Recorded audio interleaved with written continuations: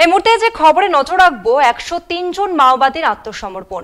ছত্তিশগড়ের বিজাপুর জেলায় আত্মসমর্পণ মাওবাদীদের। বস্তা রেঞ্জে 970 জন মাওবাদীর আত্মসমর্পণ। চলতি বছরে এত বড় আত্মসমর্পণ মাওবাদীদের জন্য বড় ধাক্কা। ছত্তিশগড়ের বিজাপুর জেলায় আত্মসমর্পণ মাওবাদীদের। বস্তা রেঞ্জে 970 জন মাওবাদীর আত্মসমর্পণ চলতি বছরে।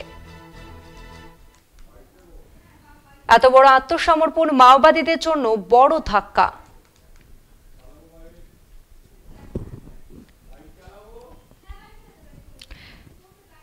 आत्मसमर्पण करने का जो मुख्य रीजन था वो जो सरकार की जो विकासोन्मुखी जो कार्य चल रहे हैं, इसके अलावा जो एंटी नक्सल ऑपरेशन जो उस पर दबाव बढ़ता जा रहा है, नए नए क्षेत्रों में नए कैंप खुलते जा रहे हैं, नियत एनआरआर के तहत नई नई योजनाओं का क्रियान्वयन निचले स्तर तक जा रहा है। उस पर से और जो माओवादियों की विचारधारा है, जल जंगल जमीन जो कि एक खोखली विचारधारा है, उससे क्षुब्ध होकर और आपसी भेदभाव और कई सारे जो इसके रीजंस थे, उसकी वजह से आज बीजापुर पुलिस और सीआरपीएफ के समक्ष आत्मसमर्पण किए। 103 জন মাওবাদীর আত্মসমর্পণ। ছত্তিশগড়ের বিজাপুর জেলায় আত্মসমর্পণ মাওবাদীদের। বস্তা রেঞ্জে 970 জন মাওবাদীর আত্মসমর্পণ চলতি বছরে। এত বড় আত্মসমর্পণ মাওবাদীদের জন্য বিশাল ধাক্কা। বড় ধাক্কা মাওবাদীদের জন্য। 103 জন মাওবাদীর আত্মসমর্পণ। ছত্তিশগড়ের বিজাপুর জেলায় আত্মসমর্পণ মাওবাদীদের। আমাদের সঙ্গে ফোন লাইনে রয়েছে প্রতিনিধি অঙ্কুর ভট্টাচার্য। অঙ্কুরদা, মাওবাদীরা কি ধীরে ধীরে কোণঠাসা হয়ে পড়ছে?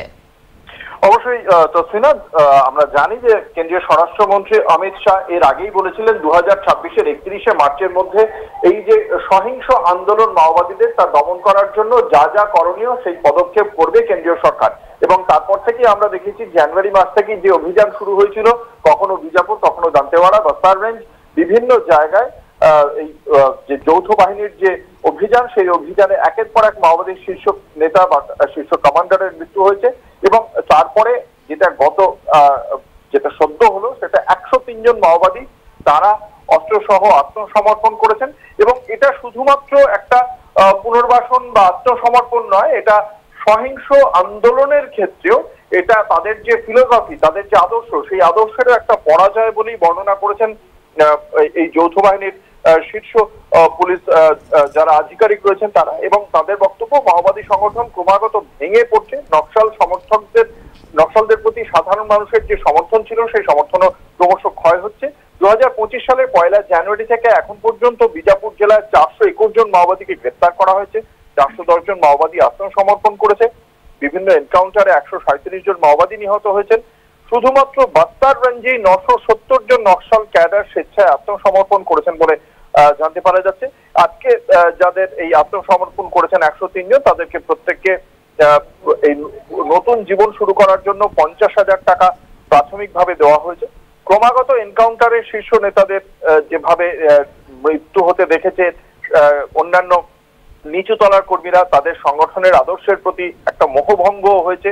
সংগঠনের মধ্যে আভ্যন্তরীণ একটা মতবিরোধ এবং তার পাশাপাশি সরকার যে সমস্ত জনকল্যাণমূলক প্রকল্প নিয়ে এসছে, তারপরেই আস্তে আস্তে মাওবাদীদের সঙ্গে মাওবাদীদের প্রতি সাধারণ মানুষের সমর্থন যেমন চলে গিয়েছে, এবং মাওবাদী নিচুতলার কর্মীরাও তাদের আদর্শ থেকে ধীরে ধীরে সরে এসে মূল স্রোতে ফেরার চেষ্টা করছে। এবং সেই কারণেই বিপুল সংখ্যক আত্মসমর্পণ বলেই মনে করা হচ্ছে। তসমিনা, ধন্যবাদ অঙ্কুরদা।